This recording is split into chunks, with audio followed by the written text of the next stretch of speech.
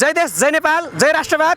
आज हामी सडकमा आएका छौँ। जनताको पीडा दुःख पीडालाई बुझ्नको लागि आज हामी सडकमा आएका छौँ।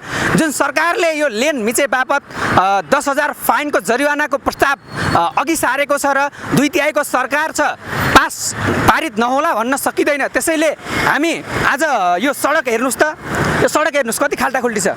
हाम्रो ट्राफिक जी हुनुहुन्छ यहाँ, दिनरात खटिनुहुन्छ, भोलि उहाँमाथि प्रहार नहोला भन्न सकिँदैन।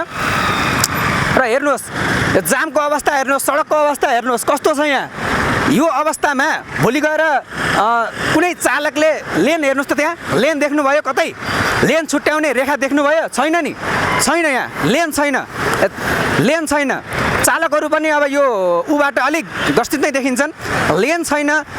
ट्राफिक दाइले आज ट्राफिक सरसँग यसो ट्राफिक सरसँग आज हामीले सर यो लेन चाहिँ यो नेपालको रोडमा चाहिँ छैन, यसलाई चाहिँ चिट कसरी काट्ने? हामीलाई प्रवक्ता छन्, प्रवक्तालाई भन्नु। उहाँ ट्राफिकज्यूले प्रवक्तालाई सोध्ने भन्नुभयो। त्यसै गरी हामीले रिपोर्टिङको निरन्तर बाटोमै छौँ हामी। खाल्टा हेर्नुहोस्, यहाँ खाल्टा हेर्नुहोस्, यस्तो बाटो छ, सवारीको लेन केही छुट्याउन सकिने अवस्था छैन। यस्तो अवस्थामा सरकारले 10,000 जरिवाना लगाउनु यो चाहिँ कतै उचित नहोला। यो पहिला बाटो बनाउनुहोस्, यो बाटो बनाउनुहोस् पहिला। हेर्नुहोस् यहाँ यस्तो बाटोको हालत छ, यो बाटोमा कसरी लेन चिनेर अगाडि बढ्ने? त्यसैले म भन्न चाहन्छु हाम्रो बालेन सरकारसँग 50 लाख जरिवाना होइन 1 लाख जरिवाना लिनुहोस् ती अपराधीहरूसँग जसले मापासे गरेर चलाउँछन्, तर जसले दिन रात नभनी आफ्नो सेवामा खटिएर गाडी चलाउँछ, सार्वजनिक सवारी चलाउँछ र मान्छेलाई एउटा सेवा दिन्छ, उनीहरूमाथि त 10,000 को वज्रपात नगरिदिनु होला। किन भन्दा बाटोको अवस्था राम्रो छैन, हेर्नुहोस्, र पार्किङको अवस्था पनि राम्रो छैन। त्यहाँ हेर्नुहोस्, त्यहाँ हेर्न सक्नुहुन्छ तपाईँले, बाटोमा खाल्टाखुल्टी छन्, त्यतिकै पार्किङ गरिएको छ। यो बाटो कहिले बन्ने सरकार? यो बाटो कहिले बन्ने? यो बाटो बन्न थालेको कति वर्ष भयो, तर यो बाटो बनेको छैन। पुरानो सरकारले गरेन, तर नयाँ सरकारले यसको पहल छिटो गरोस्।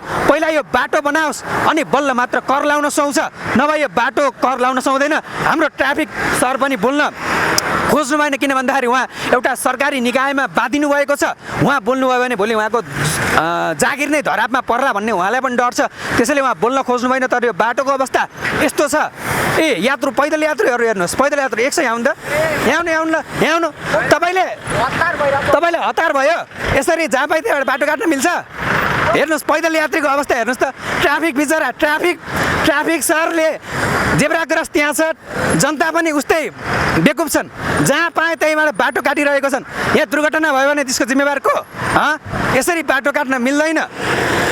त्यहाँ जेब्रा क्रस छ, त्यहाँ हेर्नुहोस्, त्यहाँ जेब्रा क्रस छ, त्यहाँबाट बाटो काट्ने हो, यहाँबाट होइन।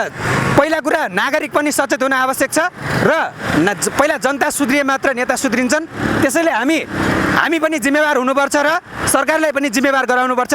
जय देश, जय नेपाल, जय जनता।